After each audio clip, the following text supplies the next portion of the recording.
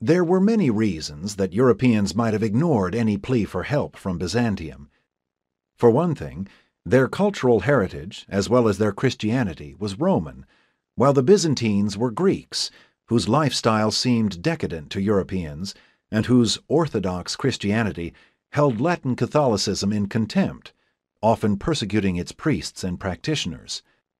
Nevertheless, when Pope Urban II read this letter, he was determined that it be answered by worthy deeds, and he arranged for a church council at Clermont, which he followed with his famous speech.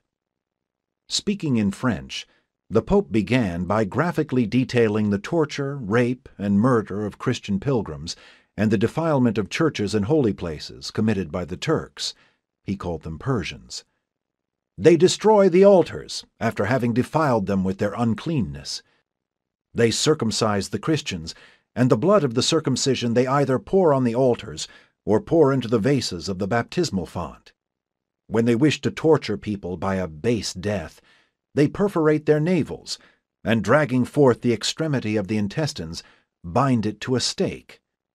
Then, with flogging, they lead the victim around until the viscera, having gushed forth, the victim falls prostrate on the ground. What shall I say about the abominable rape of women? To speak of it is worse than to be silent. On whom, therefore, is the labor of avenging these wrongs and recovering this territory incumbent, if not upon you?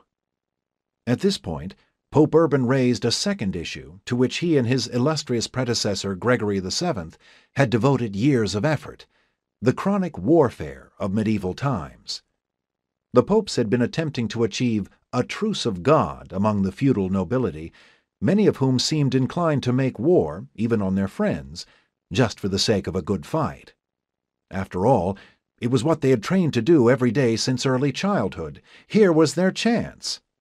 Christian warriors, who continually and vainly seek pretexts for war, rejoice, for you have today found a true pretext. If you are conquered, you will have the glory of dying in the very same place as Jesus Christ, and God will never forget that he found you in the holy battalions. Soldiers of hell, become soldiers of the living God. Now shouts of Dieu le veut, God wills it, began to spread through the crowd, and men began to cut up cloaks and other pieces of cloth to make crosses and sew them against their chests. Everyone agreed that the next year they would set out for the Holy Land. And they did.